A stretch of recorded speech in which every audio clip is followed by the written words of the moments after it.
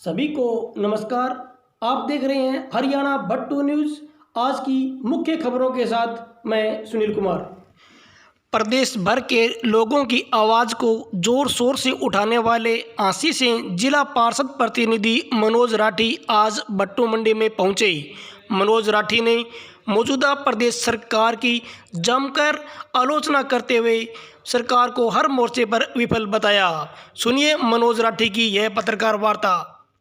मैं मनोज राठी आंसी से जिला पार्षद प्रतिनिधि वार्ड नंबर 22 हिसार से आम आदमी पार्टी के कार्यकर्ता हैं और प्रदेश में किसान आंदोलन में सक्रिय भूमिका निभाई, क्योंकि मैं खुद खेती बाड़ी करता हूं। तो मेरा पहला फ़र्ज़ था अपनी खेती को बचाना, अपनी नस्ल को बचाना।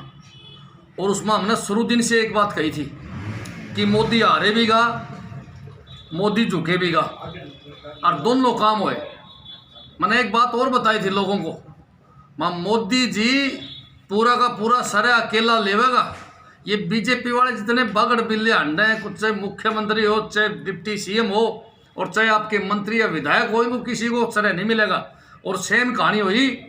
मैं तो कहूँगा कि सारे के सारे बीजेपी के नेता जो हैं वो सदमे में चले गए जिस दिन मोदी जी ने सवेरे आके कही कि भाई साहब कानून मैंने वापस ले लिए हैं, कानून रद्द कर दिए हैं। तो बीजेपी वालों ने सोचा नहीं था कि ऐसा भी हो जाएगा। हमारा हिसार में विधायक जो कमल गुप्ता जी बार बार कहा करते कानून वापस हो ही नहीं सकते, और भी कई डिप्टी सीएम का बाबू नोले वापस हो ही नहीं सकते कानून, और वो कानून अचानक वापस हो गए। तो मैंने ऐसा लगा है बीजेपी के कई नेता तो एक एक हफ्ता सदमे में रहे। एक हफ्ता सदमे में रहने के बाद उनको थोड़ा थोड़ा होश ठिकाना आया। अब जनता वहाँ की बोलेंगे कि बोल तो सकते नहीं कि भी हमने कही। दरअसल सच्चाई ये है कि बीजेपी के नेता बड़े नेताओं की सिर्फ चमची मारने के लिए जाते थे। कभी उन्होंने प्रधानमंत्री, गृह मंत्री या कृषि मंत्री या उनकी पार्टी के राष्ट्रीय अध्यक्ष को इस बात के बारे में जानकारी नहीं दी कि किसान नाराज हैं, किसानों को दिक्कत है, या प्रदेश में या और दूसरे प्रदेशों में तारी डोली डूब जाएगी। ये बातें सिर्फ एक ही व्यक्ति ने मोदी जी को बताई, वो थे सत्यपाल मलिक, उन्हीं की पार्टी के गवर्नर। उसने खोल के बताई मोदी जी को, मोदी जी आप चुनाव हारोगे 5 की 5 स्टेट में, ये कानून वापस ले लो। मोदी जी को उसने एक बात और बताई कि किसान कौम वह कौम है जो कभी मुगलों से नहीं आ रही, या वह कौम है जो कभी अंग्रेजों से नहीं आ रही। मोदी जी आपका तो सौदा है कि मैं नहीं बोला, कानून वापस ले ले, आप सर्वे करवा लो। मोदी जी ने जब सर्वे करवाया तो देखा कि 5 स्टेट में चुनाव हारने लग रहे हो, इसलिए चुपचाप मोदी जी ने वो कानून वापस ले लिए। और ये किसान, मजदूर, व्यापारी की एकता की जीत हुई है, क्योंकि देखो किसान के साथ व्यापारी जुड़ा हुआ है। अगर मंडियां खत्म हो जाती तो व्यापार जो है वो कुछ एक दो उद्योगपतियों के हाथ में चला जाता, और हमने जितने व्यापारी, छोटे व्यापारी हैं, मंडी में काम करने वाले व्यापारी हैं, सभी व्यापारियों को उनका नौकरी करनी पड़ती। अंबानी ग्रुप, अडानी ग्रुप, और ये जो लोग हैं ये तानाशाही के प्रतीक हैं। ये केवल 10,000 देवार जी, आज हमारे मंडी के अंदर एक आड़ती 1 लाख रुपए महंगा कमावा है तो उसको 10,000 रुपये ले आते। इसीलिए डायरेक्ट जो है व्यापारियों को नुकसान था इन कानूनों का, मजदूरों को भी था क्योंकि सारा मशीनों से काम होना था, किसानों को तो था ही था। इसीलिए कानून उल्टे हुए।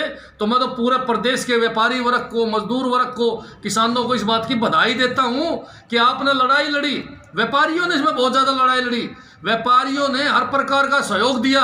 कई बार हमारे से पूछा करते बीजेपी वाले कि फंडिंग कहाँ से होती है। अरे मेरे भाइयों, जो किसानों को खाने पीने के पैसे हमारे व्यापारी भाई दिया करते, हमारे किसान जो गाँव में बैठे थे उन्होंने इकट्ठे करे गाँव में। भाई साहब हर प्रकार से व्यापारियों ने मदद करी, हर प्रकार से मजदूर ने मदद करी, किसानों ने मदद करी, और मिलजुल के इस कानून को लड़ा और इस कानून को जीता और ये कानून वापस करवाया। देखो एक बात मैं बीजेपी वालों को सलाह जरूर दूंगा, भाई बीजेपी वालों आप लोग या तो सुधर जाओ, नहीं तो प्रदेश की जनता आपको सुधारने का काम करेगी। आज प्रदेश में बीजेपी और जेजेपी के नेता दुनिया में सबसे ज्यादा भ्रष्ट है। मैं एक आदमी मैंने बताओ भाई जिसने जो भ्रष्ट ना हो। आपका फतेहाबाद का विधायक है, आपका नजदीकी है, मैं ख्याल में चौधरी धोड़ाराम जी होंगे, शायद धोड़ाराम जी होंगे ना। देखो भाई सच्ची बात है, धोड़ाराम जी को मैं बताना चाहूँगा, अगर चौधरी भजनलाल सीएम ना होते तो धोड़ाराम घड़ा मजदूरी करता पावर किसी एक खेत में।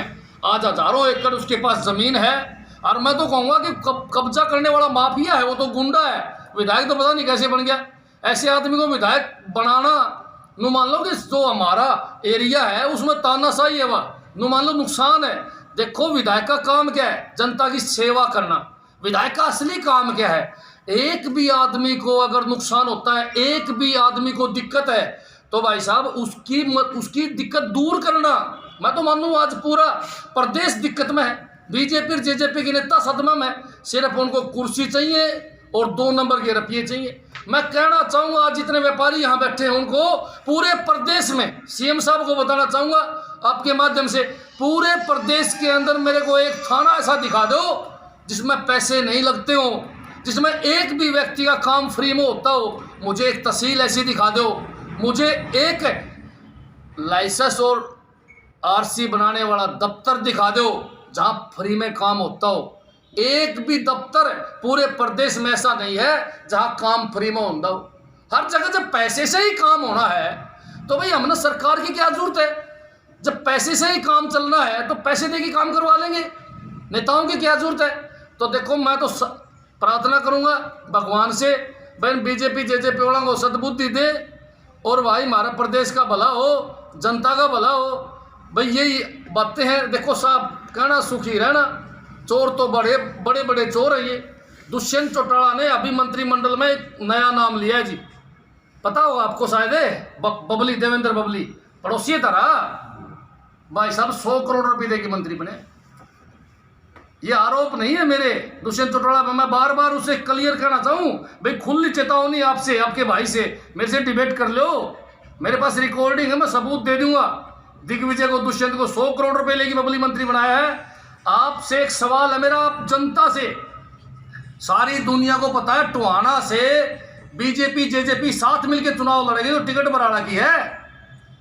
तो वह जब टिकट बराड़ा की है तो बबली को सीएम मंत्री क्यों बनाया? जोगीराम सियाह को क्यों नहीं बनाया?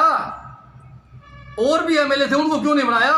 और ये बादशाह, एक बात बताओ जी, मैं पूछना चाहूं प्रदेश की जनता से, अगर बबली को टिकट नहीं मिली तो बादशाह गायो, जब बादशाह का तो कहां जाएगा जी? कांग्रेस में जाएगा। सारी सेटिंग हो रही है, लेकिन मजबूरी थी दुष्यंत चौटाला की कि 50 करोड़ तो ऊपर और कौन सा चढ़ा नहीं, और 100 करोड़ देवेंद्र बबली ने दिए और मंत्री बन गया। भाई बात सुन लो, हमारा जोगीराम सियाह की बात जी भी करा था। जोगीराम सियाह ने बोला 50 करोड़ देश को मैं दो, मैंने बना दो, बोले पूरे को नहीं हुए, 2 साल बच रही है, 5 साल तो होती तो क्या मेरा जोगीराम सियाह भी 100 करोड़ दे देता। भाइयों दम्मा सम्मा साफ क्लियर है कि देवेंद्र बबली ने मोटे पैसे दिए इसलिए मंत्री बन गया, जिन्होंने नहीं दिए वो विधायक अपने घर बैठे कून में बैठे हैं, चाहे दादा गौतम हो, चाहे जोगीराम सियाह हो, चाहे बाकी और विधायक हो। भाई साफ कहना और सुखी रहना और सबूत देखने हैं तो सीधा चैलेंज है भाई मेरा दुष्यंत चौटाला से, जहां बुला होगा दिग्विजय चौटाला से, जहां बुला होगा वहीं आऊंगा, चाहे अपनी कोठी में बुलाओ, चाहे भाई साहब कहीं सार्वजनिक जगह बुलाओ, जहां कहेगा वहीं आऊंगा और 100 करोड़ के सबूत देने का काम करूंगा मैं दुष्यंत चौटाला को। भाई साहब बहुत बहुत धन्यवाद।